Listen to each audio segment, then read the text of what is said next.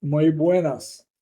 Este es el segundo aspecto. Vamos a trabajar ahora con el segundo aspecto, que cubre el libro 1776 y Puerto Rico. Y es sobre el desarrollo de los Estados Unidos y cómo se fue desde 13 colonias hasta 50.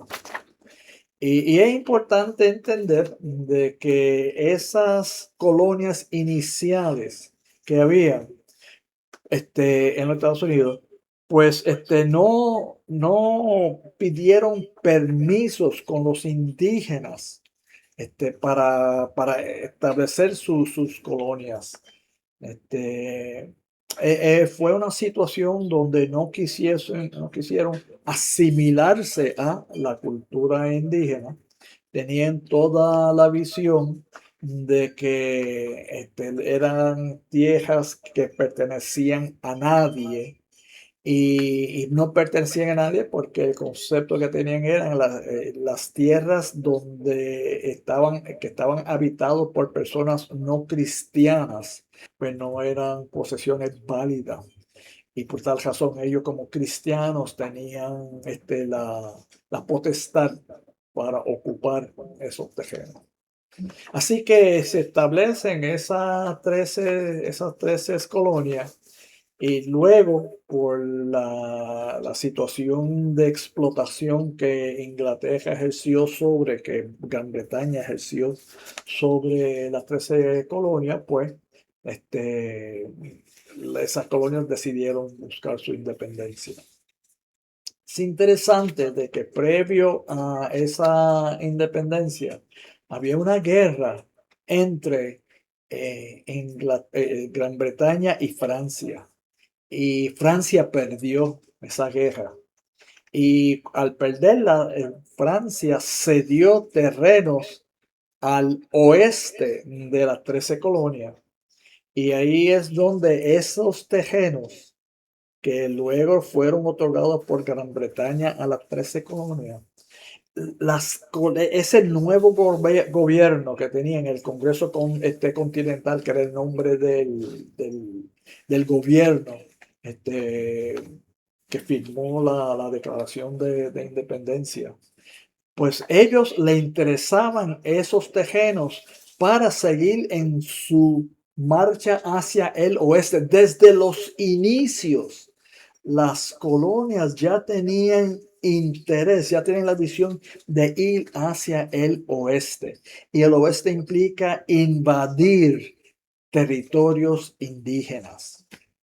Y lo curioso es de que en ese movimiento hacían sus pactos, la cual esos pactos pues fueron violentados constantemente. Y en ese movimiento, cada vez que los Estados Unidos ya iba en esa dirección, iban comprando terrenos, conquistando terrenos, de tal manera de que fueron, y esa era ya esa visión, y se estaba viendo ya con la firma de la Declaración de Independencia de los Estados Unidos, de que querían ir hacia el oeste, y la visión que se desarrolló con claridad era de costa a costa. ¿Y qué implicó eso? De que en ese movimiento de ir del este al oeste, iban robándole terrenos, tierras indígenas. Y en ese proceso, cada vez que adquirieron algún tipo de tierra, era con el propósito de convertir diferentes estados, incorporar estados a esa nación. Y llegaron hasta tener ya en ese movimiento del este a oeste 50 estados. Ahora, ¿qué pasa? Algo bien interesante que uno escuchaba de que había el plan Tennessee que Ricky Rosselló en Puerto Rico desarrolló para supuestamente la estabilidad para Puerto Rico. Uno ve de que no aplicaba ese concepto del plan Tennessee, porque Tennessee estaba ya en esa ruta del este a oeste para ser ya un estado. Curiosamente, si uno quisiese buscar algún tipo de situación de un estado que pudiese dar luz al proceso de Puerto Rico en términos de estadidad, es el caso de Oklahoma. Oklahoma era un territorio básicamente indígena. Y era porque cada vez que le robaban el terreno a los indígenas, lo estaban ubicando en Oklahoma. Y Oklahoma fue desarrollándose como el lugar para los indígenas. Pero ¿qué pasa? En ese movimiento llegaron hasta Oklahoma. Y luego vino el movimiento para que Oklahoma fuese también ya parte de los Estados Unidos como estado. Pero había oposición. ¿Cuál era la oposición en el caso de Oklahoma? Es que estaban planteándose de que había demasiado muchos indígenas, es decir, era un territorio controlado por indígenas. Así que, ¿cómo es que Oklahoma luego se convierte en un estado? Tuvieron que juntar Oklahoma, el territorio de Oklahoma, con otro sector, con otro territorio cercano. Y ese otro territorio cercano era dominado por anglosajones. Así que cuando unieron Oklahoma indígena con el otro sector dominado por los anglosajones, luego es que le dan o le otorgan la estabilidad a Oklahoma. Pero le otorgan ese estado con los indígenas en el poder, no. Era solamente un estado cuando quien negoció ya la estadidad eran los anglosajones que vivían en esa área. Así que tenemos ya 48 estados dominados por anglosajones. Luego viene el caso de Hawái y de Alaska. ¿Y qué es lo que nosotros vemos? Vemos de que en el caso de Hawái, curiosamente, Hawái no tenía una mayoría anglosajona, pero los gobernantes y el sector financiero, el poder económico estaba en manos de los anglosajones.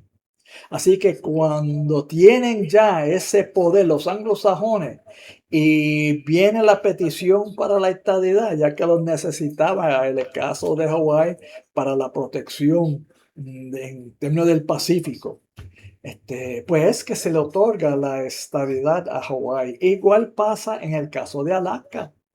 Alaska en un momento dado era dominado por una población indígena, los inuits. Pero ¿qué pasa? En el caso de Alaska es cuando los anglosajones empiezan ya a dominar la economía y el gobierno, es que se les piensa en Alaska para convertir en un estado. Así lo que nosotros hemos visto en esa trayectoria de los Estados Unidos, desde la costa este hasta la costa oeste, es que solamente permiten estados que son dominados por anglosajones.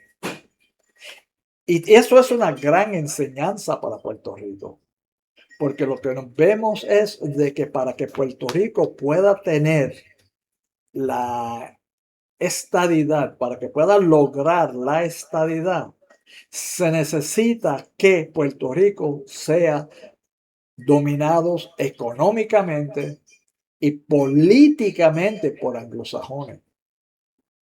Y eso nos da un entendimiento de que por qué han habido ciertas leyes y ciertos procesos en Puerto Rico donde se está buscando que se establezcan anglosajones en Puerto Rico, casi regalándole una vida sin impuestos, regalándoles diferentes territorios para que puedan vivir entre ellos y de esa forma tener un ingreso de anglosajones para dominar a Puerto Rico y que esa nueva clase dominante anglosajona pueda luego negociar la estabilidad para Puerto Rico.